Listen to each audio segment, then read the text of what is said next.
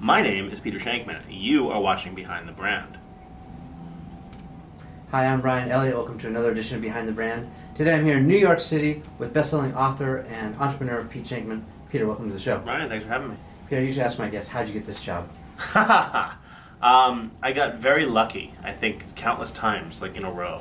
I was working in the mid-'90s in America Online. I helped found their newsroom. With 300 of my closest friends, we got laid off one morning. The first ever layoffs at AOL. It was 8 a.m. we all had jobs, 10 a.m. we're sitting in the parking lot going, how was that? You know? Best thing that ever happened to me. Wound up moving back to New York, consulted for a little bit, decided to start a PR firm. That became the Geek Factory. We had clients ranging from Napster to Juno to AOL. I mean, just constant, great brands during the height of the dot-com boom. Sold the agency. Decided to take a year off. That lasted about 2 weeks. I got bored. Consulted for a couple more years, several more years actually. In 2007, came up with the idea to connect some journalists with some sources, and that turned into Help a Reporter. Help a Reporter turned into a ridiculously profitable and growable business that was acquired in 2010. And wrote a couple of books, 4 books actually, in between all that. And now I sit here every day going, no idea how this all happened. Talk to us about your latest book. I want to know who you wrote it for, why you wrote it. It's basically customer service focused, right? It is. It's called Zombie Loyalists, Using Great Service to Create Rabid Fans. And the general principle behind it is, I travel about 300,000 miles a year. And when you travel at that level, they take good care of you, as long as you're loyal to one airline. And then every once in a while you have to take another airline. And you go on another airline, wow, customer service just sucks in this country, And you realize that there's really there's an expectation of crap. There's an expectation of crap service, whether it's airlines or hotels or restaurants or anything. We really don't expect anything good. And it's just this country, isn't it? Because if you go overseas, I'm thinking of Tokyo, for example. Yep. It's totally different. Totally different world. Yeah. And so in this country, we do not expect good customer service. We expect crap. And so we're pleasantly surprised when the service is one level above crap. Yeah. And I realized that, there are all these people running around saying, here's how to turn your customer service into perfect. I'm like, you don't need perfect. You don't even need good. If you want to win, you just need one level above what we expect, which is crap. And so I wrote this book called Zombie Loyalists with the premise that one level above crap, 2 levels above crap, actually turns your customers, because they expect so little, into these zombies who will go out and tell the rest of the world how awesome you are. And all they want to do is bring you new customers. Yeah. And what are a couple of the case studies that you use? Oh, I mean, there's countless ones. There's a woman who, at age 21 back in the 60s, applied for a credit card at Tiffany's. And they turned her down. And she wrote a letter to the CEO and said, I have a job. I'm employed. I'm out of college. And the CEO wrote her back and said, you're right. We're going to open the account. And since then, she's become the head of this giant software company, has spent probably tens of millions of dollars over the years at Tiffany's, has recommended to everyone, what did that cost them? Right. And it's at the end of the day, people are, well, do great customer service so then we can tell people how great you are on Twitter. Well, no one believes how great you are if you're the one that has to tell them. Right. But if you're creating these great moments for other people to share with the world, I believe we're moving into this economy that's going to be entirely customer-centric based in the respect that I was in New Mexico a couple days ago, and I was hungry, because I'm always hungry, and I was like, let me get some local food, and I settled on pizza, and there were 4 pizza places in the area, and I called all 4 of them, and the only difference in price, the total difference in price was 97 cents between any of the 4. Right. I didn't know anything else about them other than where they were. Only one of the places, when they realized I wanted to deliver to a hotel, said, oh, where are you from? I said, New York. I said, oh, what are you doing out here? They engaged me. And it was just that little bit of niceness that showed me, okay, maybe they're actually going to care about how they make my pizza, and I ordered from them. That was the only difference. So, the world is going to come to this concept where it's primarily focused and driven on the customer experience. Yeah. Well, it's sort of coming back full circle, don't you think? I mean, when we all used to live in a very small town, yep, and everyone talked about, how great that butcher was, or how terrible the, car repair place was. Well, it's funny, because you remember the sewing circle? Husbands would go to work and the wives would sit in one person's house and they'd darn socks and they'd talk about everything, all the gossip, everything, sewing circle. When both parents started working, 60s, 70s, 80s, sewing circle went away. Now, thanks to social, and thanks to the connections that we all have, it's back. And so, and especially, when Google's leading the charge on that, when I go to California, or Los Angeles, or San Francisco, and I tell Google, find me a steakhouse near me, It'll show me on local steakhouses, but the first ones it'll show me are ones that my friends have gone to, automatically. Yeah. So right there, that's telling me that, okay, I'm going to trust Google's recommendation on this steakhouse because my friend Bryan went there. There's no reason not to. That's why Yelp's dead, TripAdvisor's dead. There's no purpose to those. If I don't know the people reviewing them, they could be shills, they could be full of crap. Yeah. But if it's a friend of mine, he's not going to screw me. If he does, he's ruining the relationship. So there's even more of an important reason for him to be honest. Right. So it is, it's context. That's all it is. Yeah. It's context and it's the concept of sentiment. If the network knows that a photo of a martini with the word "ah" next to it is a good thing, and I'm looking, show me a great bar, that Instagram photo is going to come up when I Google, show me a great bar. And it's amazing how we're learning and how the network is learning. You can remember today is the day that Skynet becomes self-aware. It is an amazing situation about how we're all learning that, and what companies are doing to sort of garner that love is mind-blowing. You look at Morton's Steakhouse, for example. I love Morton's, and whenever you call them, whether you're calling them for the first time for reservation or the 100th time, they'll always ask you if you're celebrating anything. And if oh yeah, it's my assistant's birthday, I'm taking her out. Great, what's her name? Her name's Megan. Okay, great, we'll see you on Friday. You show up and the menu, on top of the menu it says Happy Birthday, Megan. Yeah. Costs them nothing. Yeah. I was just at Morton's. Yeah. Megan loves that. She takes pictures of it, she shows it all around. Yeah. What did that cost them? But yet Hannibal Lecter said it in Silence of the Lambs that we covet what we know, right? So who's she supposed to online? Who's gonna see it? All her friends, all of whom want that same experience. So tell me what brands can do to really delight their customers. It's interesting. Everyone asks that question, and it's kind of like saying, tell me whether I like orange or the number 4. The best thing that brands can do to delight their customers is truly understand their customers, know their customers. Understand that every customer is different. There's no same situation. So how do they get to know them? So back in the 50s, we got our news in 2 ways: from a newspaper in the morning and the nightly news in the evening. And the average age of the nightly news viewer in 1955, I think, was 31 years old. And everyone watched the nightly news. Today, that average age is like dead. No one watches the nightly news. And we have so many different choices to how we like to get our news: TV, radio, print, online, whatever the case may be. I listen to podcasts as I'm running in Central Park in the morning, lumbering Central Park anyway. But so that's how I get my info. And so the best thing we could possibly do, we come in, we have an audience, whether it's 100 people or 1 million people. We have an audience that we have no idea how they like to get their information because we don't bother asking them. The easiest thing in the world to do is reach out to them. And when I ran HARO, every month I'd send out a 1-question survey, just asking questions, and I'd learn about my audience. And when I answered the question and they felt involved, they felt invested in the company. They felt like they had a role in what we were doing. And there's no greater employee and no greater customer than someone who feels invested. Having an audience, it's a privilege. It's not a right. It's exactly like wearing spandex. No one has the right to, there are very few people that you have the right to wear spandex.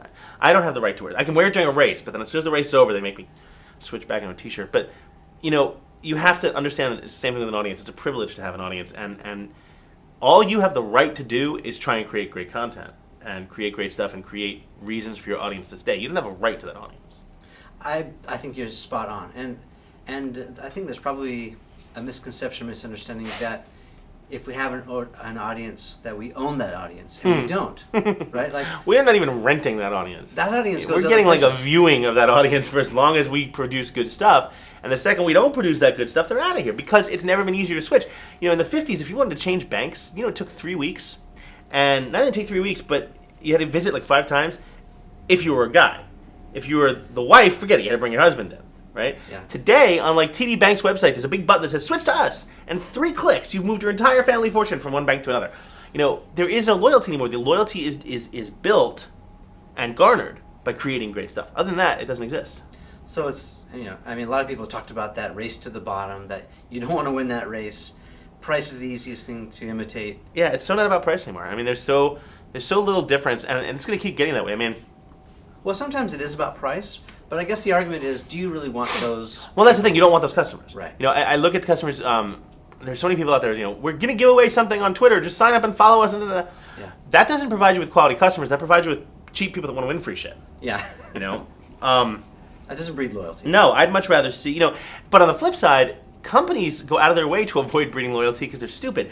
I love the companies that say, we have 997 followers on Twitter. The 1,000th followers need a free gift. What they're saying is, screw you, original 997 followers. We don't care about you anymore. Right. It's like taking a girl to the dance and immediately looking for someone hotter. It's the stupidest thing in the world. And I'm never going to understand why companies don't get better than this. It's smarter than that. So is it as simple as knowing your audience, figuring out what their triggers and buttons are, and pushing them all day long? It's not even pushing their buttons. It's understanding that every customer, whether they know it or not, when they come to you, it's because they have a problem. Now that problem, when you checked into this hotel, you had a problem. You needed a place to sleep. Now you have one. Okay? Everything in a customer interaction is solving a problem. The person who solves the problem the best is going to win. When I teach companies about that, I try to explain to them that, imagine your mother called and she had an issue. First thing you want to do is solve it. She's your mom, right? Every customer has to be your mom. And you have to understand that when they come to you, it's because something is wrong, and they believe that you have the ability to fix it. You have to prove that you do. So, Peter, what advice would you give to businesses just getting started? What would you say to get off on the right foot?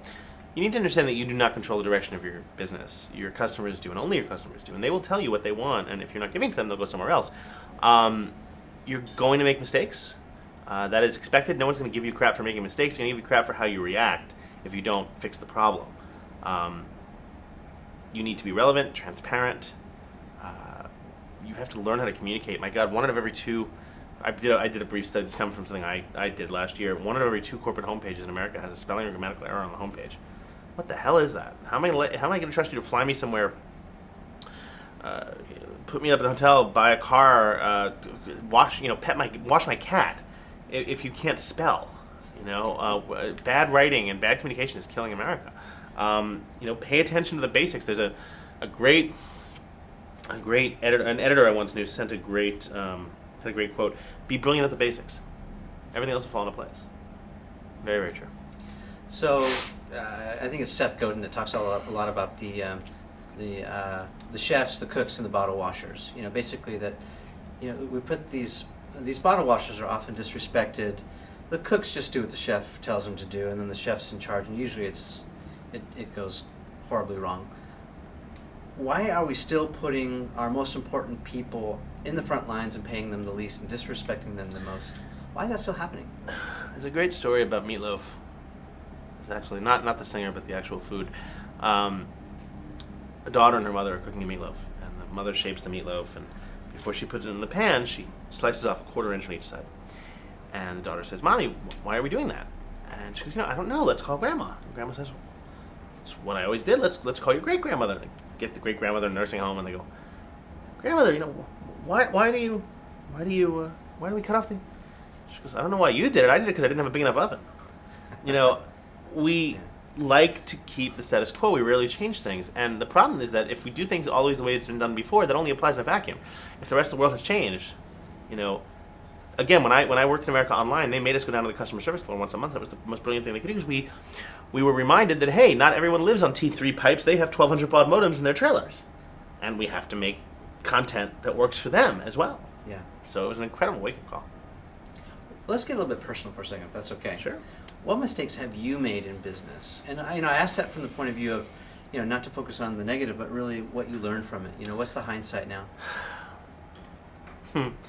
I've made a couple of mistakes. The first mistake I made was assuming that anyone who I hired had the same drive and determination to have my baby succeed as I did, and that's not the case. You're never going to find someone who has the same drive that you do, because that doesn't exist. It's your baby. You might find someone who's dedicated, but it's always going to have to be from you. That's number one. Number two, I learned that the Greeks said you have to take care of yourself before you take care of anyone else.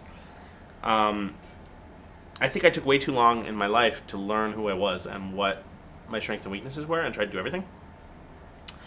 And that cost me.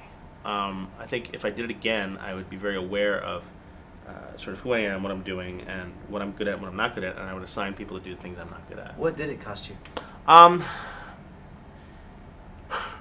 Definitely a few relationships, no question about that. But it probably cost me. I probably could have sold HARO for more. I'm certainly not complaining about what I sold it for. It was great, but I think had I had the guts to maybe hold on to it for another couple of years. And my problem was it was getting so big, I didn't want to have to become the boss who had to manage 20 people. I wanted to continue having fun with it. And those are my options: was sell it or become that boss. And perhaps if I had found someone who could have been the boss, I could have stepped back from that and still focus on making great content, but let someone else handle that day-to-day stuff. Instead, I just got rid of it, which, again, I have no problem with. I never have any complaints about the deal I made. But, that was one. And I think also, learning sort of what works for you and what doesn't, both professionally and personally. I have learned over the years that I have, my massive ADHD, that's a given. But a majority of people that have ADHD also have very addictive personalities. And I've learned that I do. And I've learned to be very aware of how I live and what I do. I give speeches all over the world, and yet the only place I have a rider in my contract, I'm the most easy person in the world. Fly me somewhere, pay me, I'll speak. That's my contract. Except in Vegas. In Vegas it says, speaker does not have to be on the ground for more than 7 hours from wheels down to wheels up. So I'll take a 6 a.m. flight. I'll get in at 10, do a noon keynote, and I'm back in at 4 p.m. Flight out.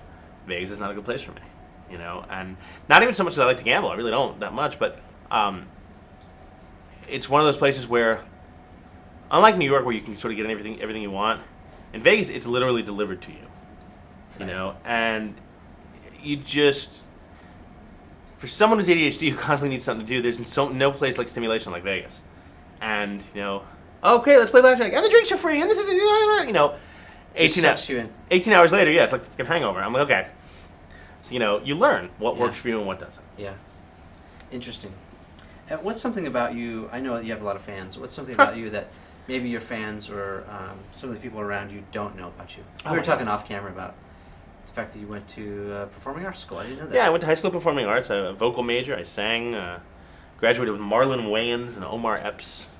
Jennifer Aniston graduated a year before me.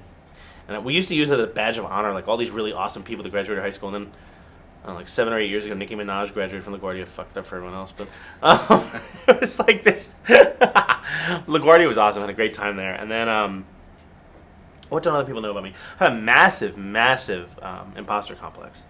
I wake up every day assuming this is the day everyone's going to find out I'm full of shit, and it's all bullshit. Why? I don't know.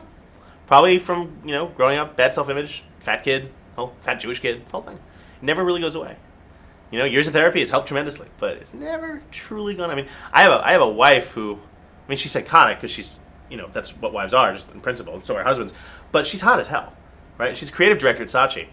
And every day I wake up, we have a stunningly beautiful kid, and I look at the child, I'm like, my God, I'd love to meet the guy my wife cheated on me with to have this kid. This kid's gorgeous. Certainly didn't come from me. And I look at the wife, and I'm like, I can't believe she's still here. Why is she so lazy that she hasn't gone and found someone worthy of her? It's the constant argument you have in your head. I think that a lot of people do. I'm just probably stupid enough to admit it. That's interesting. It surprises me, actually. Really? Yeah. I think that if you get, again, I think a lot of people who have had any modicum of success have that level of imposter syndrome. I just don't think a lot of them have the balls or, again, stupidity to talk about it. Yeah. My logic is, I'm an open book, and I'm happy to talk about anything. What was the line from Game of Thrones? Speak your weaknesses, for once they are out, they can no longer hurt you. Yeah. Something like that. And then they showed just nude women. So is that the reason for the self-deprecation and the negative self-talk? And you think probably. If I get it out, it's like. Well, I didn't think that. I just think it's it comes from like I did an Ironman. I did my second Ironman this summer, and I had a T-shirt made up in the Game of Thrones style. You'd have like House Baratheon and I had House Fat Ass, and on the back it just said, "Is that my logo is that pizza?" And it's like, and I wore it. And people were like cracking up. They thought it was the funniest thing ever. But that's fine. I'm still out there doing the goddamn Ironman. You're not. So. But there's some truth in that. You feel like a little bit of. Of course there is. I could weigh 8 pounds. I don't want to weigh 6. There's no question about it. It could be all in my foot. I'd want to lose like 4 pounds off my foot. It's ridiculous. And the funny thing is that I've lost a ton of weight. I've gained a ton of weight. I've lost some weight. And whenever it's like a radical cycle because you gain the weight back. Oh God, I'm so miserable that I gained all the weight back. How do I fix that? I know. I'll eat food. it's like this God's ultimate practical joke. Yeah. Well, there's therapy for that. Oh yeah, believe me, I'm well aware. Well aware. And that's the funny thing is like I don't have an eating disorder or whatever. I just fucking eat too much. When I go, and that's the other thing is, and this comes from ADD as well. Most people with ADD or ADHD, we don't have middle grounds. We have sleeping and all the way the fuck on. Yeah. You know, there is no middle ground for me. So when I'm like, I'm either going vegetarian, all natural, no processed food for 60 days and dropping 30 pounds, or every meal's pizza. Yeah. You know, I don't have a middle ground, and that's like the one thing I hope my daughter does not get from me is I hope she has more of a balance than I do. So let's weave that into a business conversation. So how can then people who are trying to do their thing, whether they're working at a big agency, working for a brand, trying to do their own thing in a startup, how can they battle those demons? How can they fight back the peanut gallery? Because there's a lot of naysayers, right? Oh, there are, but if you don't have haters, you're not doing enough to change the status quo. So I love the fact that I have haters because it means that I'm doing something right. It means that I'm making noise. It means that I'm changing things. It means that I'm improving things. And, you know, haters fear change.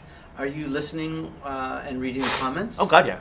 Oh, yeah, and for years, I used to go curl up in a corner and want to die. For years. I've finally gotten over that. I remember Gawker wrote a slam piece on me about 5 or 6 years ago, and I remember I just picked up my cat.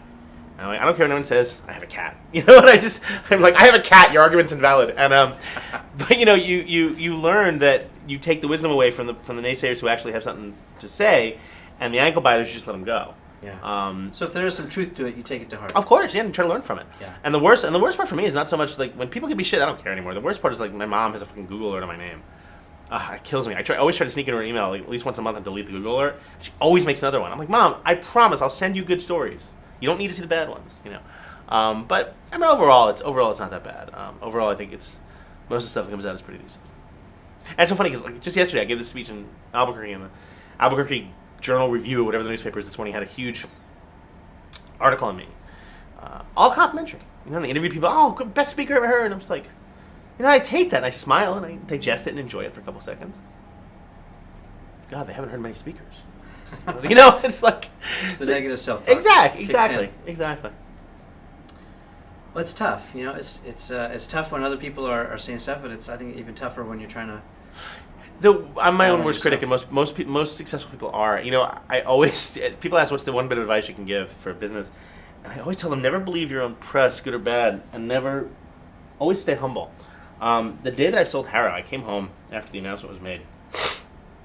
I remember I was in the elevator going up to my apartment, and for the first time in my life, I started to believe it. I'm like, I'm the shit, man. I just made this money. And I walk in, and my cat, Karma, she's passed away, but at the time, Karma had puked.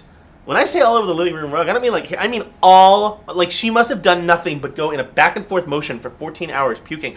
And I spent the next 3 hours, it's very hard to be pompous when you're on your knees for 3 hours cleaning up cat puke. And I think that was supposed to happen. I think that was the universe saying, you know, stay humble, kid. Don't get too cocky. Yeah, it's tough. I mean, you want to celebrate those little victories or big victories at the same time. And I think there's nothing wrong with celebrating them, but always understand that. What's that great line from Wall Street? We're all just one trade away from humility. Yeah. You know, it's The Devil's Advocate, another great film, had Al Pacino said, "That's your secret." It's like, you're cocky. He said, "I never let him see me coming." You know, that's a small little type. Gotta do that. Another question. How long do you give your great idea, with air quotes, until you cut bait? You know, how do you know when it's not working, you should give up?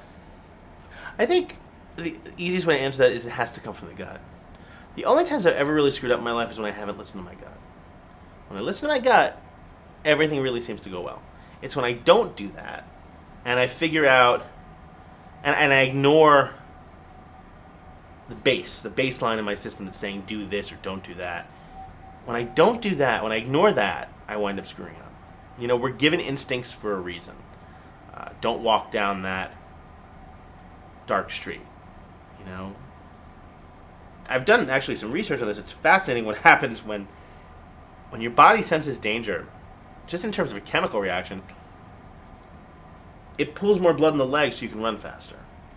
It increases diameter of your pupils so you can see better in the dark.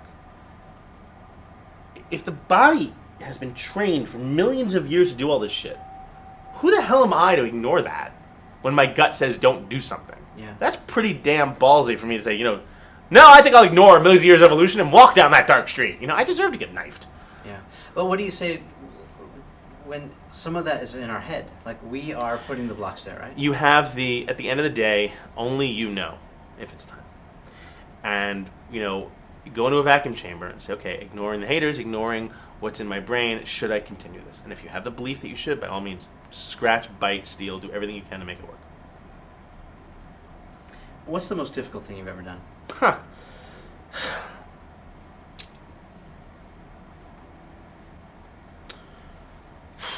Good question. I'm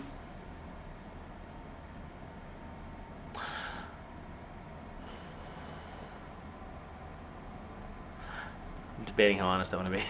I did a couple of things, like 2 or 3 things. First one, I left a relationship that I was truly in love with the person, but we were wrong, and it was never going to get better. And that was about 5 years ago or so. And I knew it was never going to get better, and I knew that you can change yourself to suit other people, but then you're not really yourself anymore. And I knew that I needed to be who I was, so that was difficult. My first Ironman was brutally hard. There were 30-mile-an-hour headwinds on the bike, and I just kept biking and biking, and it just felt like it was never going to end. And it was. I remember I was crying on the bike at like mile 80. I'm like, this is never going to end. What else? It's funny. I don't look at things as difficult. I mean, a CrossFit class is difficult, but I like to look at the bright side. It's like, hey, I finished it. I'm not dead. Yeah, so what is that X factor? What is that secret sauce? Like, what's the difference between success and failure? And why aren't more people, you've had tremendous success. I've also had a lot of failure, but I have a good friend of mine, former Navy SEAL, a guy named Jack Walston. Jack lives in Texas, friends with his whole family, and he's given me the best advice. He gave me the best advice in my life that I think I ever got. I've had like several pieces of advice. I've been fortunate to have a ton of mentors. Lou Lamorello from the New Jersey Devils, Brandon Steiner from Steiner Sports, all just brilliant guys, and they've given me phenomenal advice. And Jack Walston said something to me. He goes physiologically, when your body is saying you have to give up because you have nothing left, you actually still have about 50% left. And he told me these stories of in Desert Shield and all these things. And I'm sitting here because I don't want to do another 5 dead arm hangs or whatever in my CrossFit class, and he didn't have a choice as to whether or not he had to walk across 100 miles of sand or whatever the hell. And I just imagine, you can get it done now, or not do it, and be miserable that you didn't do it. I think that applies to basically everything I've ever done. And look, the ADD in me very much doesn't want to do things, because they're boring and they're not exciting, and that's what ADD is. You're constantly looking around for something to excite you to bring your dopamine levels back up to a normal person's level. So for me, I find things that compensate for that. So that's why I'm a skydiver. That's why I run. That's why I do public speaking. That's why I go on TV. Anything that raises those dopamine and serotonin levels to make me essentially a normal person, whatever, allows me to do those things that would otherwise bore me. Last parting words of advice for our mainly entrepreneurial audience. What would you say to them? Business advice. 2 things. It's no one's fault if your brand, whether personal or professional, is not seen the way you want it to be. It's no one's fault but yours. It's not Twitter's fault. It's not TMZ's fault. It's not that guy with the camera. It's your fault. And so you have to understand that. The second thing I'd say, I think, is I had a skydiver gave me a great quote when I was complaining that like none of my friends understood why I skydive and they want to hang out with me. And he said, well, if you can't change the people around you, then change the people around you. And I thought that was one of those brilliant, once I figured out what the hell he meant, it was one of the most brilliant things I ever heard. Life is too short to surround yourself with people who don't help you rise up. You are the product of like the 5 or 6 people that you hang around with the most. If they're bringing you down, time to go. All right, we've been spending a few minutes with entrepreneur and best-selling author Peter Shankman. Pete, thanks for being on the show. My pleasure, Bryan. Good times. Thanks.